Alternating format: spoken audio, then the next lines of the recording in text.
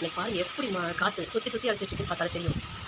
So அவ்வளோ காற்று சிறு சிலுன்னு இருக்குது. அண்ட் எல்லா இலைகளும் அப்படியே உருந்து போயிட்டு பாருங்க, மரமெல்லாம் அப்படியே அடி வேரோடு பிச்சுட்டு வந்த போல இருக்குது. அந்த அளவுக்கு காற்று இருக்குது. அதனால் மார்னிங் வாக் போக முடியல. மத்தியானம் வெயில் இருந்துச்சுன்னா ஸோ வாக் போகலான்னு இருக்கேன்.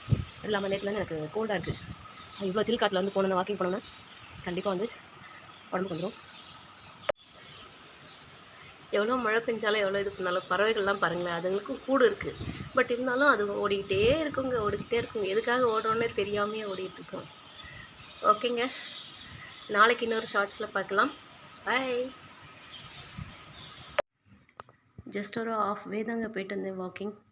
போயிட்டு வந்துட்டு இன்னும் விடிஞ்சிருச்சு ஆஸ் பர் டிக்ளரேஷன். ஆனால் மழை கூலிங்காக இருக்கிறதுனால, காற்றடிக்கிறதுனால சுத்தமாக வந்து இங்கே சூரியனோட வெளிச்சமே இல்லை.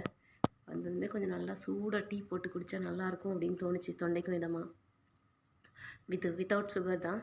கடந்த 4 மாதமாகவே வித்தவுட் சுகரில் தான் ஓட்டிகிட்ருக்கேன். மத்தியில் ஊருக்கு போனப்போ கொஞ்சம் மிஸ் ஆகிடுச்சு. ஆனால் அதை இப்போ கண்டினியூ பண்ணுறேன்.